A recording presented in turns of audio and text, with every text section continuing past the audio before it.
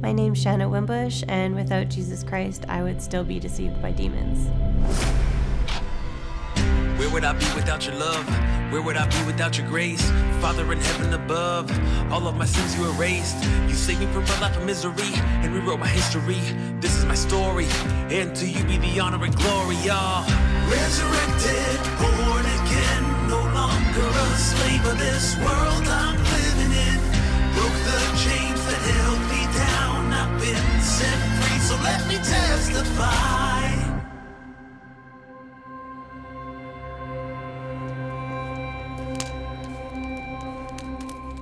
My cards were my most prized possession. I kept them wrapped in silk. I would put special crystals around them. I took such good care of them. Like, I genuinely loved my cards. Like, they were the key way that I connected with the spiritual world. I want to burn it because that's what they did in Ephesians. I also don't want to just throw it out or donate it so that someone else would get it. I want it to be gone. I was involved in the New Age for a solid decade, 10 years. It was a huge part of my life. It was a huge part of my identity. Now it's not. Shanna, your story is important to share. You had mentioned to me, Shanna, earlier that you felt like your life was filled with angels and fairies. You could see these angels and fairies, and they would speak with you. That all began in your early 20s, but prior to that, traditional religion and Shanna didn't mix. Why? I just didn't understand it. I was baptized Ukrainian Orthodox as a baby. And other than that, I only was at churches for weddings and funerals. So I knew I was baptized, but I didn't understand what it meant. I knew who Jesus was because my grandmother had a picture of him, but I really had none of the information to help me move forward in my faith. And so then I'm like, well, organized religion, it's just a scam. They baptized me without even telling me what it was. So I still don't understand baptizing babies. I mean, they don't do it in the Bible, but that's a whole other thing. Mm-hmm. So you thought religion was a scam, but spirituality was intriguing. And you and a friend in your early 20s started to attend New Age expos. Can I ask why? So organized religion I thought was a scam, but I definitely knew that there was something more out there. I've always kind of been in tune that way. And then these expos, back then I was just trying to really find my identity, and New Age stuff wasn't as mainstream as it is nowadays, so it was something new and different and exciting. So I would go to them, and I was interested in the holistic piece of them especially, and the spiritual side was just something new that I started learning just by going to these expos just for fun, really. It was something to do. At one of those expos, you got hooked. How did you get hooked? Well, my friend was like, I want to get a card reading. And I'd never done any sort of divination, anything before. But I was like, okay, well, if you're going to do one, sure, I'll do one too. What's the harm? It was really cool because it seemed so accurate. I didn't really believe in card reading, I guess I would say, but this was bang on. And who doesn't want to be told that they're gifted, right? Of course I want to be empowered. I want to be told that I'm psychic. And of course I want to then sign up for courses to get certified and do something with this, because it meant that I was special. So yeah, I was done right from the start. I had no hope of getting away from it. They used all the right words, all the right things. And yeah, my life changed that day. What courses did you take, in what areas? So I got certified as an angel empowerment practitioner, which included card reading, past life regressions, mediumship, energy work. I also was certified as a fairyologist, an expert in fairies. I was a realm reader, so I could figure out where your soul came from, like whether that was like, oh, are you of like an alien origin or an incarnated angel, or do you have an elemental spirit, things like that. So I just loved all sorts of certifications. I was also a Gateway Dream Coach. I feel like I can't even remember all of them. I basically had a wall just full of certificates. I'm that kind of person. I'm very studious, and I love getting certified in things. Now, you mentioned fairyologist. Explain that to me a little more. I've never heard that. I know. I paid money for this course that literally just taught about fairies. So it was a Doreen Virtue course. And so Doreen Virtue, she was very, very big in the New Age. She was the one who created the Angel Empowerment Practitioner course. Well, she created it in the U.S., and then her student, Cindy Smith, created it in Canada. So I studied under Cindy, but Doreen was a great mentor, like that way. And so as a fairyologist, she had basically just downloaded this information about, like, these are all the different kind of fairies and how they can help you and what they do. And so it was just an extensive course just learning about fairies. And because I could see them, they were part of my life, like I very much believed in them, and this was just another tool in my tool belt where I could work with my clients and help them call in fairy energy to help them through whatever they were going through. So not to open a door, but you being a fairyologist, you mentioned helping clients with fairies, so would they sort of be a client's medium, and how would that work? So mostly I was working with angels because I was an angel empowerment practitioner, but as I said, I was also a realm reader. So if I had clients who had more of that elemental, like fairy type energy, then I would also call in fairies during our sessions to help with the card spreads and give messages and things like that. So they would speak to you and they would direct you on what to do. Mm-hmm. So these photographs are things from my old website. I had a business where I would do Reiki healing and card reading. Like, I look at them and I'm like, that's totally my old life. Me pretending to be someone light and happy, like photoshopping butterflies in, and but really everything that I was doing was demonic and it was dark and I just didn't realize it. This was for my wedding. I believed that I had like elemental fairy energy in me, and I was like working with fairies at the time. The fact that I would take a wedding photo and do something like this with it really just shows my mindset and where I was at the time. Your training continued, and it continued to expand. But I'm interested in how, and not in every case, but there was a certain case where you didn't actually pick a course, you were influenced to pick a course. How did that happen?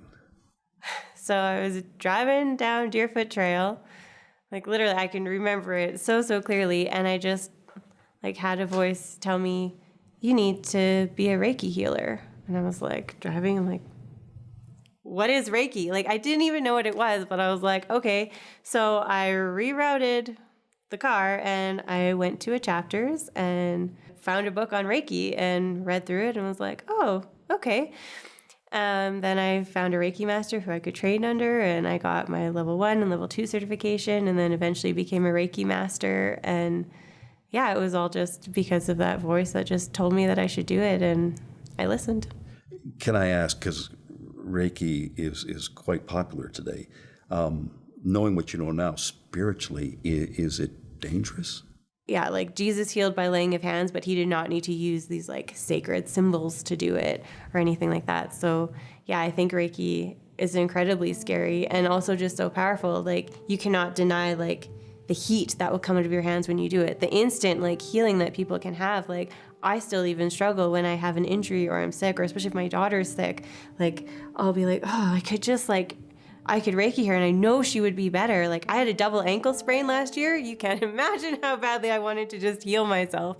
It's so tempting because it works and that's what's scary. But I mean, lots of things work because they pull us away from Jesus. So it's not that the enemy is trying to like fill our lives with these bad things. He's giving us these seemingly good things because it takes our attention away from Christ. And that's what's so scary. You mentioned earlier, about fairies and angels, and it sounds It sounds kind of euphoric. But was it always pleasant for you? I mean, in the beginning it was. Then I had a kind of crazy experience at another expo. At this point, I was like having booths at the expos.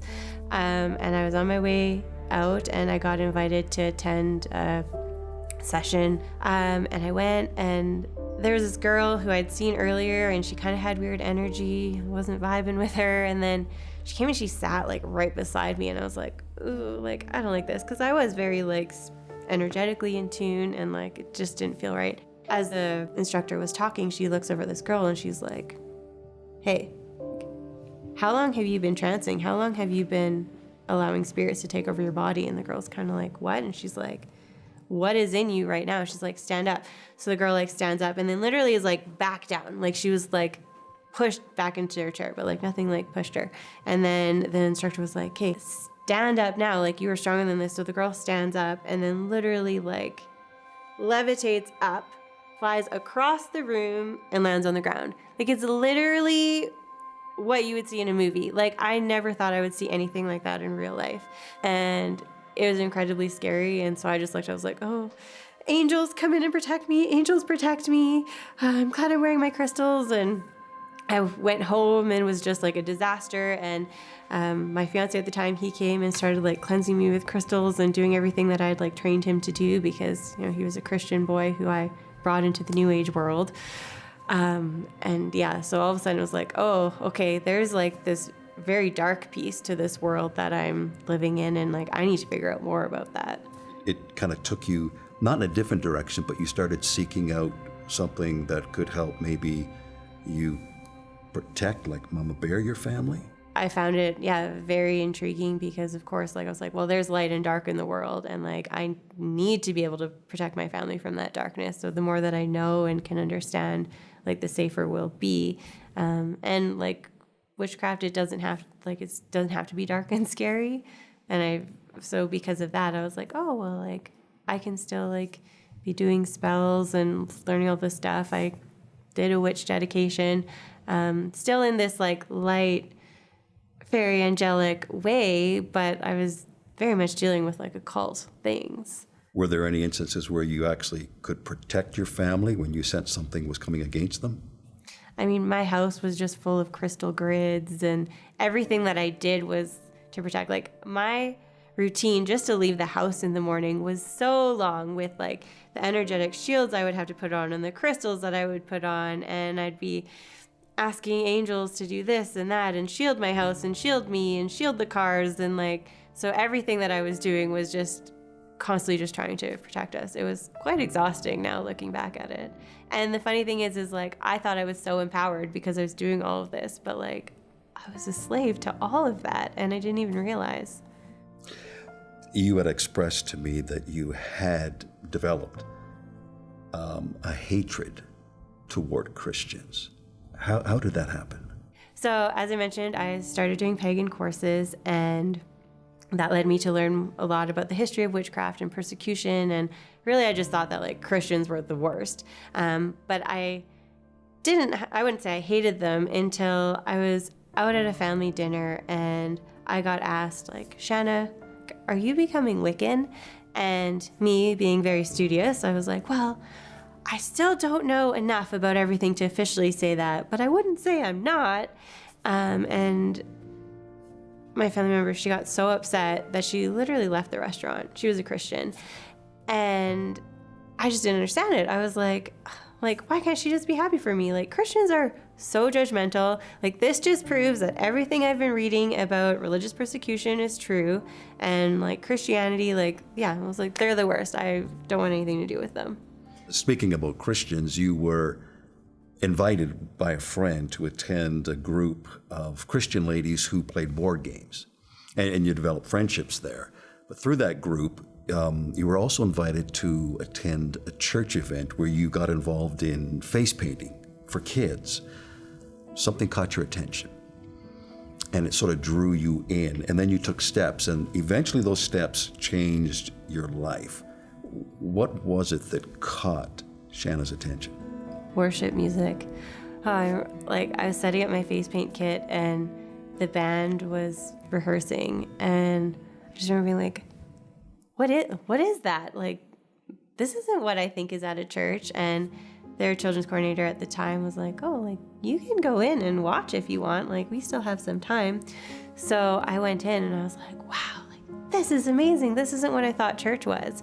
And so just from the band, it led me to go home to my fiance at the time and say like, oh, like, we should actually attend a church service, because now I'm starting to develop these Christian friends, and like, why not go hang out with them? And so, yeah, we would like once in a while dabble with going to church.